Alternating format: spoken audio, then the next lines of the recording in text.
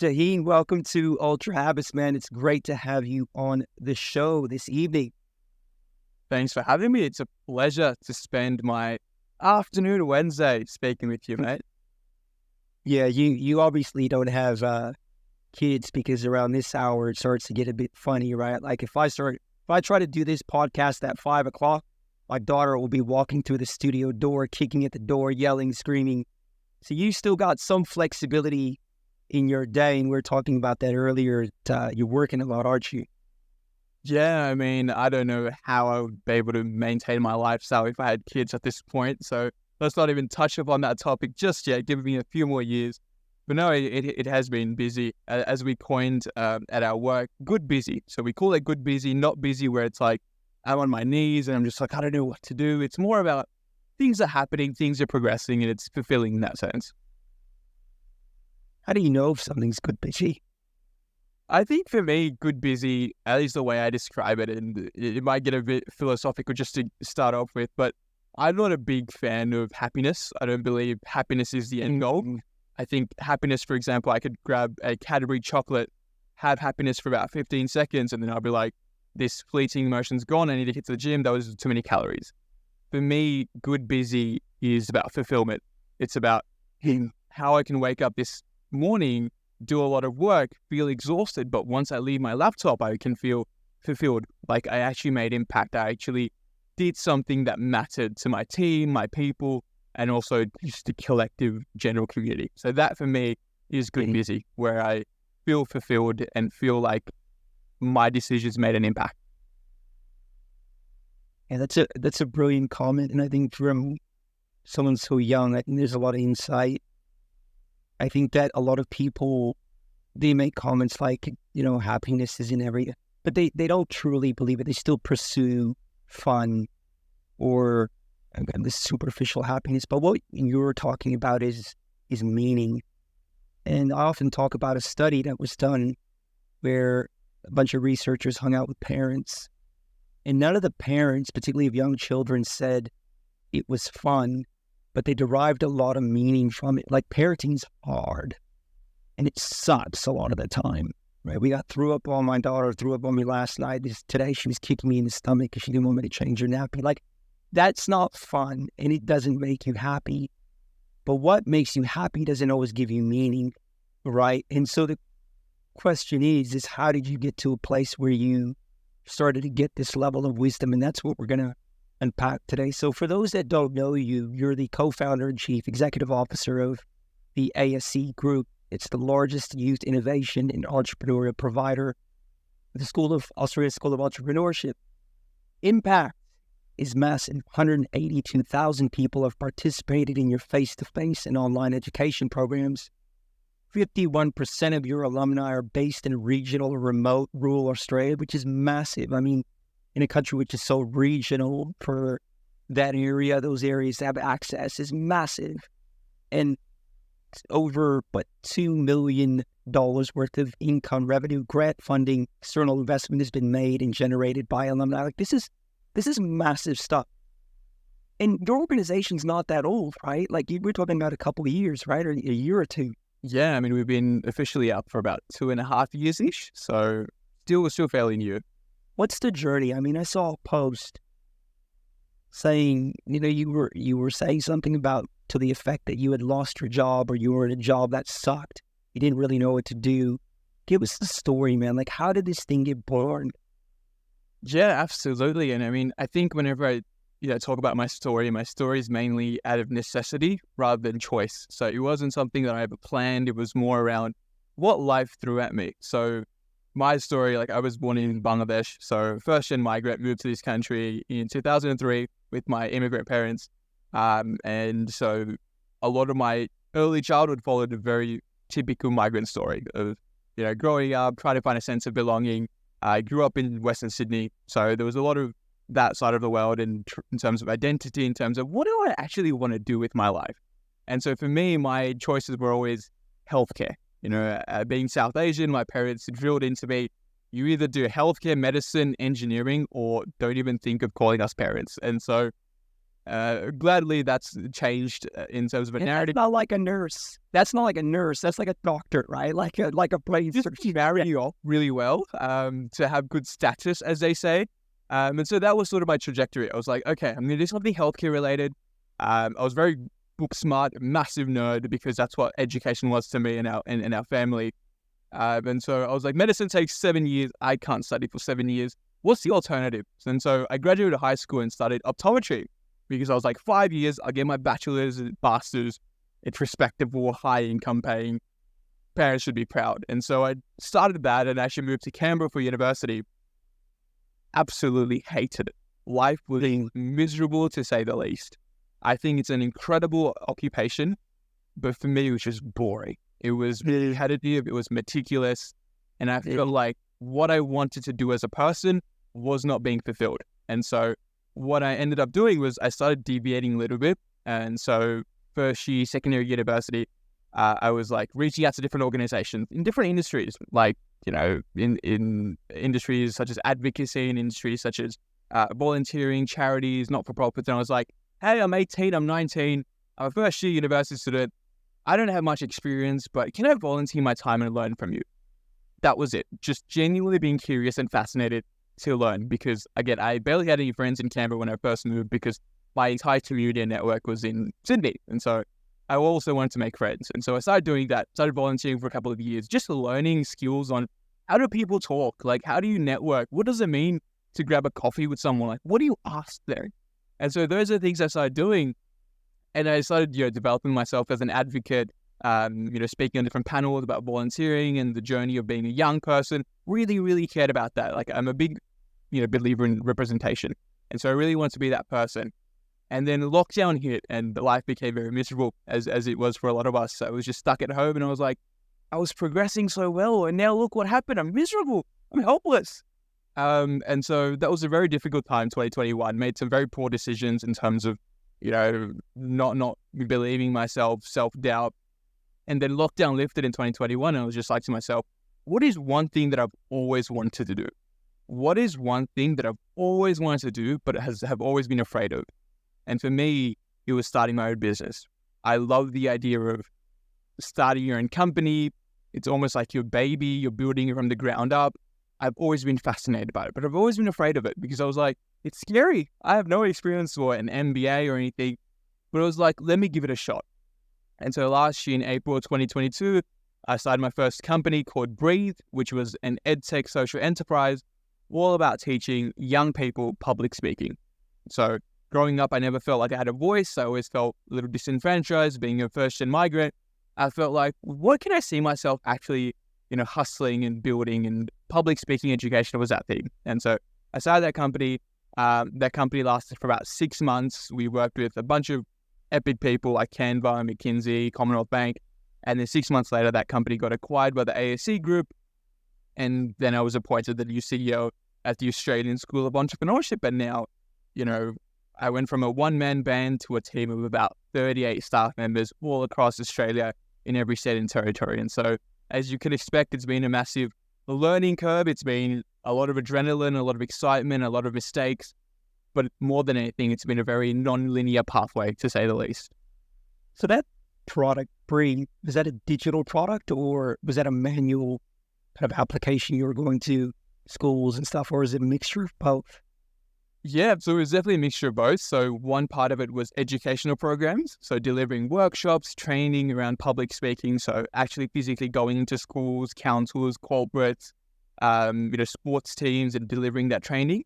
And then there was also an educational e-learning platform where at that stage I was on my way to build an app, to build a AI technology, which I was looking at on how, if you're on a Zoom call, for example, how do you have something that pops up to say, hey, you've used too many filler words, or you haven't made good eye contact. So things like that. So those were the things in motion. Obviously, I didn't have time to go in depth in those 6 months, but that was the focus. And but most of it was in person. And I think last year I had about 65 to 66 flights all across the year because I was the only person. I had to fly down. I tried to get casual, facilitators, but nobody could understand what I was trying to do. And sometimes I didn't understand what I was doing in those workshops. I was just making it up as I went by. But that's how it was for 6 months. When you started Breathe, I mean, what was, walk us through that pathway. So like you start a company, you register your company, and then you create content, and then what, you're cold calling councils. Like how do you go from having no content to calling councils to then dealing with McKinsey to then having a tech product? Like was there investment there? Like how did you iterate through that process? Because I think a lot of people don't really know how to get from idea in kitchen table to market and then ideate their product. Like walk us through that journey, like, tactically. Yeah, I mean, it was quite a fortunate journey, and I'm going to show my age here to all the listeners. But funny enough, I started on TikTok.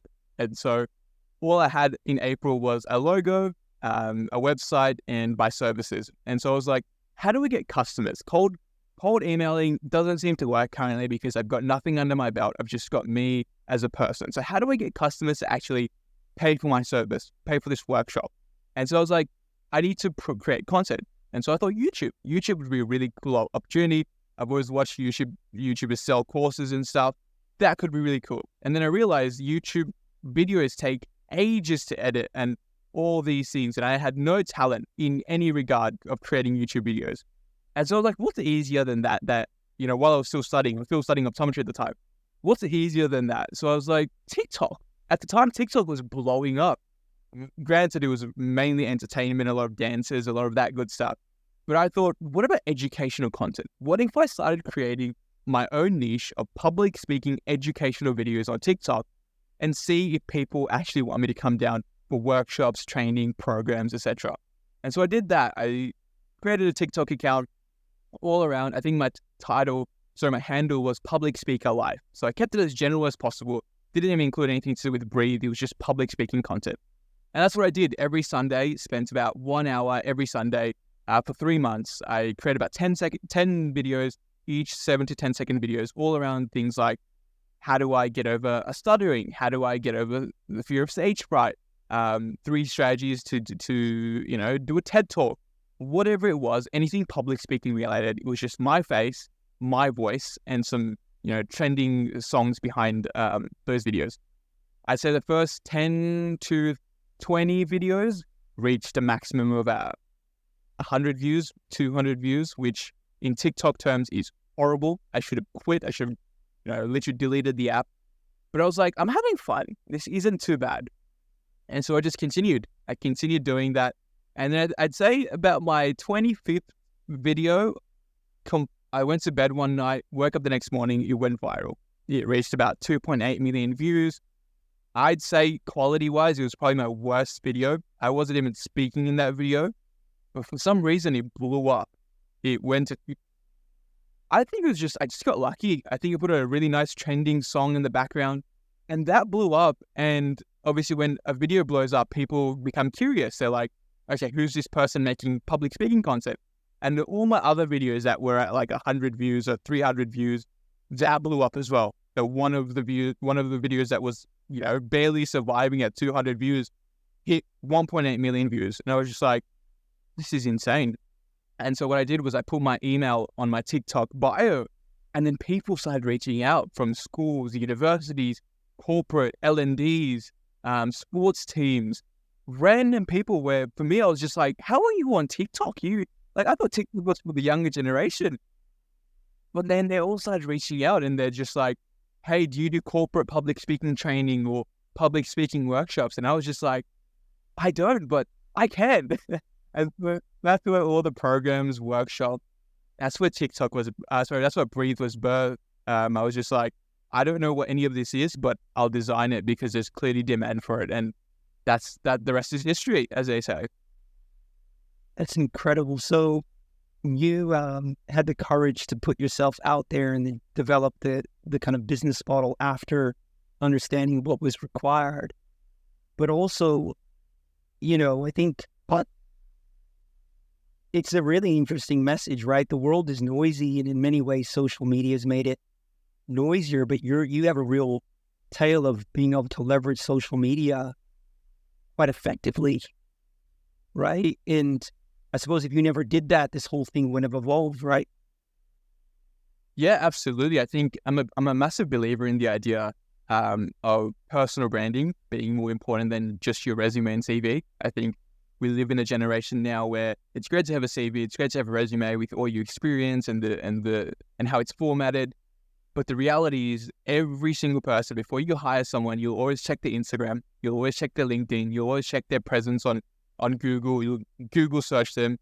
And so I think having a personal brand in terms of what you've done, in terms of how you've done it, is very, very important. And so for me, I sort of identified that and said, okay, if I want people to actually, again, bring me down for workshops or programs, I want them to know how I speak, how I articulate, what type of energy I bring. And the best way to do that is video format. And so that's what TikTok helped me. I was just like, let me make the most of this because it's clearly blowing up as a platform, but I can't dance or do all of these things to save my life.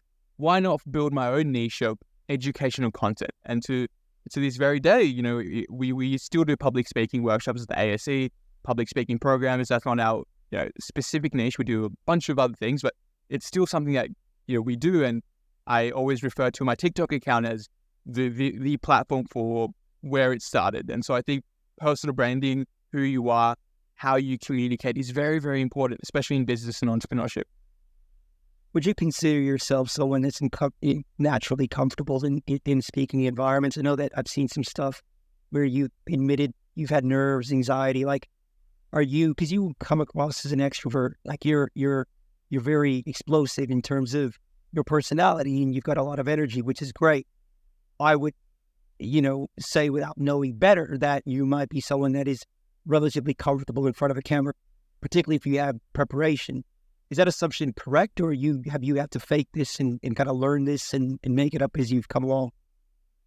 Yeah, RJ, I have to burst your bubble right there. I'm a massive introvert. Naturally, I'm incredibly introverted. Even growing up, for example, I had a lot of social anxiety. I was the quiet kid in class, and that's my genuine personality. Like, I would rather spend time with myself, going for a walk or doing something there rather than going to a networking event, for example. But I've sort of had to, as you said, break out of that shell because, like I said, growing up, I've always been the quiet kid. Every parent-teacher interview when I was young was always like, Jahin's a very good student, never causes any trouble, but he does not talk. He is too shy. He's so quiet. That's been my journey. And so I've sort of had to realize that about my senior year of high school, that if I actually wanted to be influential, if I wanted to achieve any goal or dream of mine, I needed to learn how to talk. I needed to learn to go into any room and actually be taken seriously. Yeah. When you're quiet, which don't get me wrong, I think some of the most introverted people, quiet people are very, very good critical thinkers. They're incredible human beings, incredible leaders. But the truth is, the world we live in, with so much social media and so much of here's what I do, you have to be, you have to put yourself out there. You have to be energetic. You have to show a level of charisma for people to actually take you seriously. And so I've sort of had to break out of that shell. And I think volunteering, as I mentioned at the beginning, has helped me a lot because when you volunteer, you go into that frame of mind without any expectations. You're not getting paid for anything. You're just there because you have to be there to fit a role, to fit a job, to meet people. And so I think that I owe a lot in terms of developing myself because I'd learn, how do people talk? What do you do with your body language? How do you stand? What's the difference between putting your arms in your pockets compared to keeping your palms open? And so I'd say that really helped. And I had to break out of my shell. Even to this very day, naturally, I'd rather be at home watching Netflix than being on stage and giving a keynote. But I know giving a keynote on stage will help me not only impact people, but also build our business, to build my personal brand, that side of the world. So it's definitely been a massive learning curve, trial and error. But it was never easy. It was just one of those things where I had to just tell myself, if I wanted to be the person I wanted to be, I have to get out of my shell. It sounds pretty soon you might be watching a Netflix story about your life, dude. You never know, bro. Look at some dodgy Indian actor or Bangladeshi actor. I mean, if Shah Rukh Khan won't do it, then I... So, walk us through then. So, how did Breathe? What was the mechanisms there in terms of how it became acquired by the ASE. How did that evolution take place? Yeah, absolutely. And sort of the story of Breathe and the acquisition was all around, again, personal branding. So the moment I started Breathe, from the moment of me announcing it to the new logo, I was building in public. Hashtag building public, as you know, is one of the most important, one of the most trendiest thing in the entrepreneurship world. And I decided to myself that everything I do for Breathe, I'm going to build in public. And so any milestone, any workshop that I did with Breathe, it was all on my LinkedIn. It was all on my Twitter. It was all on my Instagram. And so I was just putting myself out there, showing people what I'm doing, how I'm doing it, the highs, the lows, the ugly, the struggles.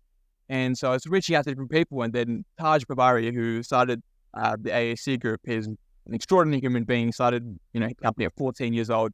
I sort of reached out to them and I was just like, hey, I know you exist. I want you to know that I exist. So if there's any way we can collaborate in the future, I would love to. And my expectation was, they do a bunch of programs and events. I'd love to come in for an hour, 90 minutes, do a public speaking spiel, and just leave. That was my genuine expectation. And we touched base, we got along really well in our first chat. And then, I continued my merry way, posting a lot of content. And then one random fateful day, I think I went to Melbourne. I'm a massive football fan. So I went to watch Manchester United in Melbourne, and then I flew back home to Sydney. And then I got a LinkedIn message the moment I landed in Sydney from Taj, and he said, hey, we love what you're doing with Breathe. What would it take if you were to do Breathe under the AAC group? And I was just like, I've never even thought about that. I did like a 10-year plan of where I want to take Breathe.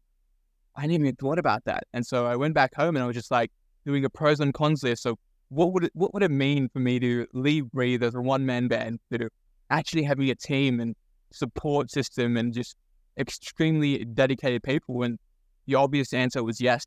And so I was like, absolutely, let's have a chat. And then the chat was I'd be coming on board as a new CEO at the ASC, and Breathe would be acquired, and we'd do everything I planned to do in Breathe under the ASC, but also scale that up more. So do things like financially. Jahin, to get acquired is one thing, but then to be acquired, to be rolled into a CEO role, that's different. Like, you didn't have any kind of organizational design, any leadership, formal leadership, like none of that was on the cards in terms of what you had done. How did you go from a conversation about being acquired to being the CEO? Yeah, absolutely. So when we first started having a chat, again, just touching base on what this looks like in terms of collaboration, again, my expectation and the thing I communicated was I'd love to come in for a 90-minute workshop, compliment what you're doing. So that was genuinely my expectation. And so a couple of months went by since our first chat, and then we were having it, and then he messaged me and he was just like, oh, what would it take for you to Breathe under the AAC group? Again, there was no expectation. We were just figuring it out. And I think we met in Melbourne once when I was in Melbourne and he was in Melbourne as well. And he gave me about 3 options. So one of the options was me come on board as CEO and lead the ASC, the Australian School of Entrepreneurship. The other one I think was come on board as like a chief growth officer and be an employee and that side. And the other one was, I think they were planning to do something else with the ASC. And for me, my communication to him was, I'd love to. I think it's an incredible project, but I'm already building Breathe. I don't want to be an employee. I want to be someone who has creative freedom, someone who has skin in the game, so that if something goes right, I can say, oh, I contributed to that. If everything goes horribly, I can say I contributed to that. I want to have skin in the game. That's what gives me excitement. And so for me, I was like, I see those 2 options that you've laid out. I'm leaning towards the former one. Again, I am young. I just turned 22. I don't have much experience in terms of leadership. I come from a healthcare background, but one thing I do have is work ethic. I have sheer work ethic to get what I want to get. I'm obsessed with these things. So if we want to collaborate, I want this to be more of a partnership. And Taj, again, extraordinary human being, incredibly talented. That's what we agreed on. For this to be more of a co-founded partnership thing where we have skin in the game, equity in the company, all of that good stuff to ensure that if things go well, we all, benefit. If things go horribly bad, we all suffer the consequences. And that's why I think I came on board as an external. I never started ASC, but I work 7 days a week. I put, hours upon hours because I know I've got skin in the game and I'm dedicated to this because this is my baby as well. This isn't something in me as an employee. I can grow this from the ground up. And so I think that's what was the conversation that came out of it. Being that young and kind of understanding what you want and being willing to speak up for yourself, particularly when you're in a position where you might perceive you don't have the bargaining power, you're a bit starstruck, is important. And you were able to answer that call. Was Taj the CEO at the time? Did you take over from him? No, so Taj is the founder and so the group CEO. So he takes care of the entire group. So under the ASC group, we've got a bunch of initiatives. Right. And he's sort of like almost like the chairman, founder, the OG, as we call it. And I may take care of entrepreneurship, sort of the entities under it. So yeah, it's a really good partnership. And, especially when you scale up a company, for example, there's so many roles and responsibilities that come out of nowhere. And so we sort of, almost like tag team it in the sense that take care of this, you take care of this. And then another week, it's like, I need emphasis on this. Okay, so we all put emphasis on this. So it's almost like like our roles are very fluid in the sense of how do we grow the ASC group depending on the time that we're working on. So for example, we've got our Young Entrepreneur Summit, our Yes events coming up. So all of our focus at this time is for our events next month. After that, it would be the Self-Employment Assistance Program. Or after that, it would be we're building a curriculum for Australian schools around entrepreneurship. So it's really fluid. And I feel like we all do everything, but it's just like defined roles are in that sense. Yeah, I've come on board as almost like to take care of the entities under it. What have been some of the greatest challenges and things that you've had to kind of deal with in maybe your own personal shortcomings or limitations within yourself, but also external challenges in terms of the business sense that you've had to deal with since you've come on? Yeah, absolutely. I think my biggest challenge has definitely been, I came from Breathe where I was a one-man band running Breathe all the way to a team. I think that adjustment was very difficult for a personal level because I went from doing everything to myself to my team members say, hey, you can delegate. You can tell me to do this. And so I think that was the biggest struggle, telling myself that I don't have to do everything alone. Like I said, I'm a workaholic. I love my work, but also understanding there are other people in the team that outcomes and results aren't the only thing. It's the whole idea of human-centered care that we need to focus on. And so I think my biggest challenge has definitely been that people, how to get out of that mindset of, I just need results, I need to grow, I just need to build this company and make more money and revenue and all these things for this company to flourish, but also focusing on that. What is a company without people? Mm-hmm. So I think that's been my biggest learning curve, how to take care of people, how to understand different people's personalities, conflict resolution. Like, there's been some instances where things have happened in the company. I'm like, oh, okay, so what's next? And then I realize, oh, I'm the CEO. I'm supposed to do something about it. You know what I mean? Like telling myself that, no, you have to do everything. So yeah, I think that has been the biggest sort of learning curve. It's been both exciting, rewarding, but also quite stressful at times. But I guess that's the journey you go through, learn, try and test different things and see what happens, see what sticks, what doesn't stick. Have you had to apologize to anyone yet? Have I had to apologize? Absolutely. Many times. Like I said, I've got a big philosophy of failing forward. I think my first 2-3 months at the ASC, I was very much under the impression of, I want everyone to like me. I can't make mistakes. I have to do everything until 2 a.m., 3 a.m. just so people like me. And then you realize, that's not sustainable. That's not helpful to anyone. And so now I'm just like, and I've communicated this to our team, I'm a young CEO. I'm going to make many mistakes. I'm going to take a lot of risks.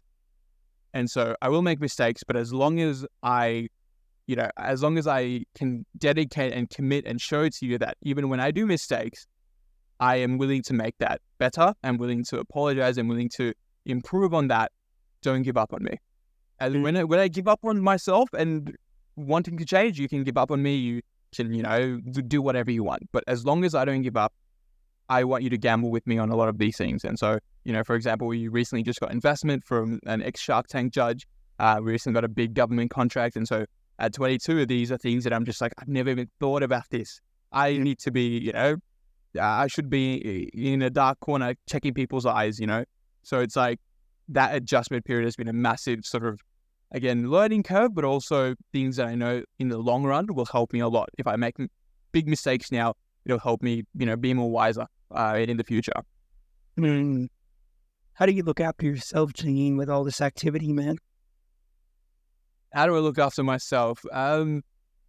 I think for me, I have a few non-negotiables, as they say. So, for example, for me, if I'm not physically taking care of myself, I will be mentally very, very miserable. And so things like going for walks every day, going to the gym, these are non-negotiables for me every single day.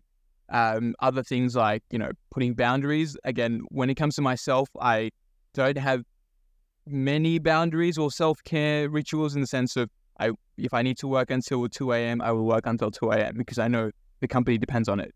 But also making sure that if I am to work late night, I go, speak to my loved ones or call my mom or, do things that I know that will make me feel better, like journaling or, meditation. So I try to have these habits in place irrespective of what happens. I'll get busy, but as long as my habits and the fundamental things that keep me, sane, those are the things that will always be in my sort of daily rituals. And so, self-care habits, those are the things that I'd say has helped me. Again, it's not perfect. There are days where I've gone and not done any of those self-care, but then I'd come back and be like, okay, how have those days gone? Not so good. So let me go back to the proper habits. Yeah. So,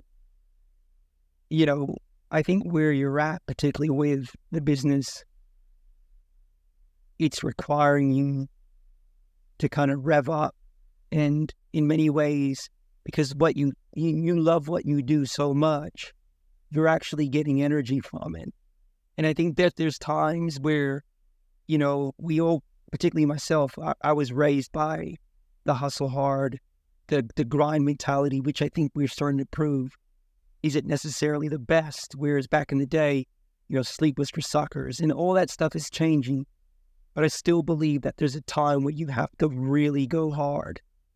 And I think that working in sprints is a really good thing that I do. Like for me, if I know I've got to really go hard for a period of time, I know how long that time period is. And I know how to oscillate between that level of energy and then slowing down. And I think that's the key, is having that rhythm. It's all about energy management. That's what it's all about. It's all about the long game with our energy. And I think, sorry, I'm sick, so my voice is a bit like The Godfather, but I think you're in such a beautiful place where sacrifice is good. It should be happening, and you're actually getting energy from it. And I know that there's times when you're probably in the corner, tired as fuck, and you're over it, whatever. And you're young too, and time will do time's thing, and wisdom will accumulate for you, and you'll have the benefit of experience. But I think what you're doing right now is great, and I think that you're in a really good place, and it's good to see you impacting something that's so important, education, right? I think traditional education, I wouldn't say it's failing us. I do believe in good education, although I didn't embark on it when I was a young kid. I dropped out of school, but educated myself later. But I think that we need different types of education, and that's what you guys are providing, right? You're providing optionality, right? Yeah, absolutely. I mean, my motto for the ASE is, we are called the Australian School of Entrepreneurship, but our goal isn't for everyone to be an entrepreneur. I think if everybody was an entrepreneur, the economy would collapse. Like, that would be horrible. Our goal has always been for everybody to have the entrepreneurial mindset, so that, for example, if another lockdown period happens and everybody feels miserable and helpless, this generation, whoever we work with, can say, hey, I know this was a horrible period, but I've got public speaking skills, I've got financial literacy skills, I've got all these skills, I can bounce back, I can be resilient. And so that's definitely our big picture focus, but also, making innovation accessible. I think when you mentioned sort of our impact that we've been able to make, we have made a very dedicated sort of push into ensuring that the people we work with, whether it's 3 years old all the way to 75 years old, to ensure that these individuals come from rural, regional, underprivileged communities. because when you do leadership, when you do, all these workshops or programs or events, it's always the serial offenders that turn up at every event. It's the same people who are, don't get me wrong, some of them are resume stacking as I did when I was younger. Some of them, come from private schools. They've got, a lot of privilege in that regard. But what happens to those kids, for example, in rural Australia, in regional Australia, from youth justice systems? What happens to them? They fall through the cracks. And so we have a very big focus to ensure that young people, in particular from disadvantaged communities, can feel innovation, but also make it sustainable. Whether they want to start a business, whether they want to have a side hustle, whether they just want to be a really, really, really good employee, whatever it is, as long as they have the confidence to do so, that's been my goal, and that will continue to be my goal as long as I'm at the ASU. Yeah, that's fantastic. I think we'll land the plane there, Jahin. Where can people learn more about yourself and your business, man? Yeah, absolutely. So they can definitely reach out through the ASC website, www.asc.edu.au. And I'm also on almost every social media. So if anybody needs any support or just wants to chat, feel free to reach out, Jahin Tanvir. But yeah, always open to chat and seeing the magic we can create together. Thanks for your time, brother. Thanks for having me, mate.